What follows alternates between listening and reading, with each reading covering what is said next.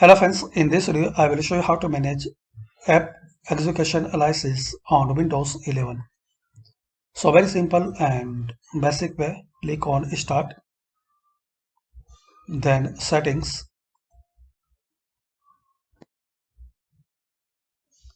Now here click on Apps, then click on Advanced App Settings. Here is the option App Execution Aliases. Open it. Apps can declare a name used to run the app from a command prompt. If multiple apps use the same name, choose which one to use. So here you can manage, you can enable or disable for app execution aliases.